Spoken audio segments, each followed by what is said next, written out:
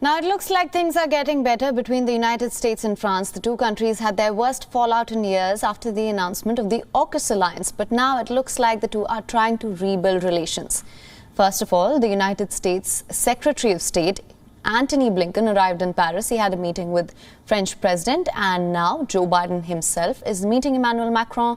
The meeting will be held ahead of the G20 summit in Rome. In Rome, he'll start on Friday with a meeting with Pope Francis, followed by a bilateral program with our Italian hosts, including meetings with the Italian President and Italian Prime Minister Draghi. He'll also meet with French President Emmanuel Macron on Friday.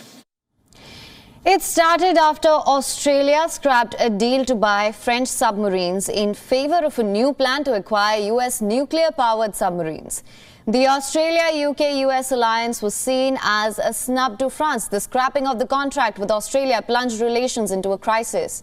Macron recalled his ambassadors from Washington and Canberra, with the French government calling the move a stab in the back. It looks like the dispute may have cooled down since then. The Biden-Macron meeting is now being billed as a chance to settle this dispute. And for more on this, our correspondent Nick Harper reports from Washington, D.C. Let's listen in.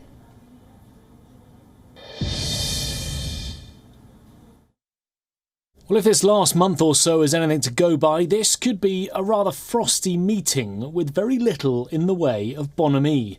It follows the out-of-the-blue announcement back in September that the US, the UK and Australia would be working together in the so-called AUKUS agreement. Washington and London will be helping to provide Australia with the technology to build nuclear-powered submarines.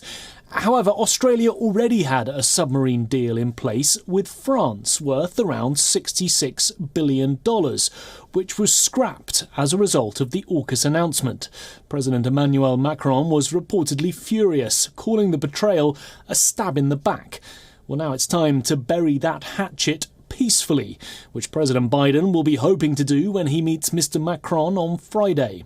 That meeting is taking place in Italy as part of the president's trip to the G20 summit in Rome.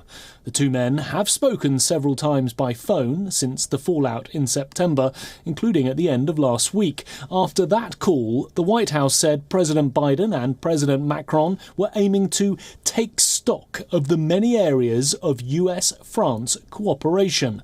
But cooperation has been in short supply this last month, replaced rather with competition.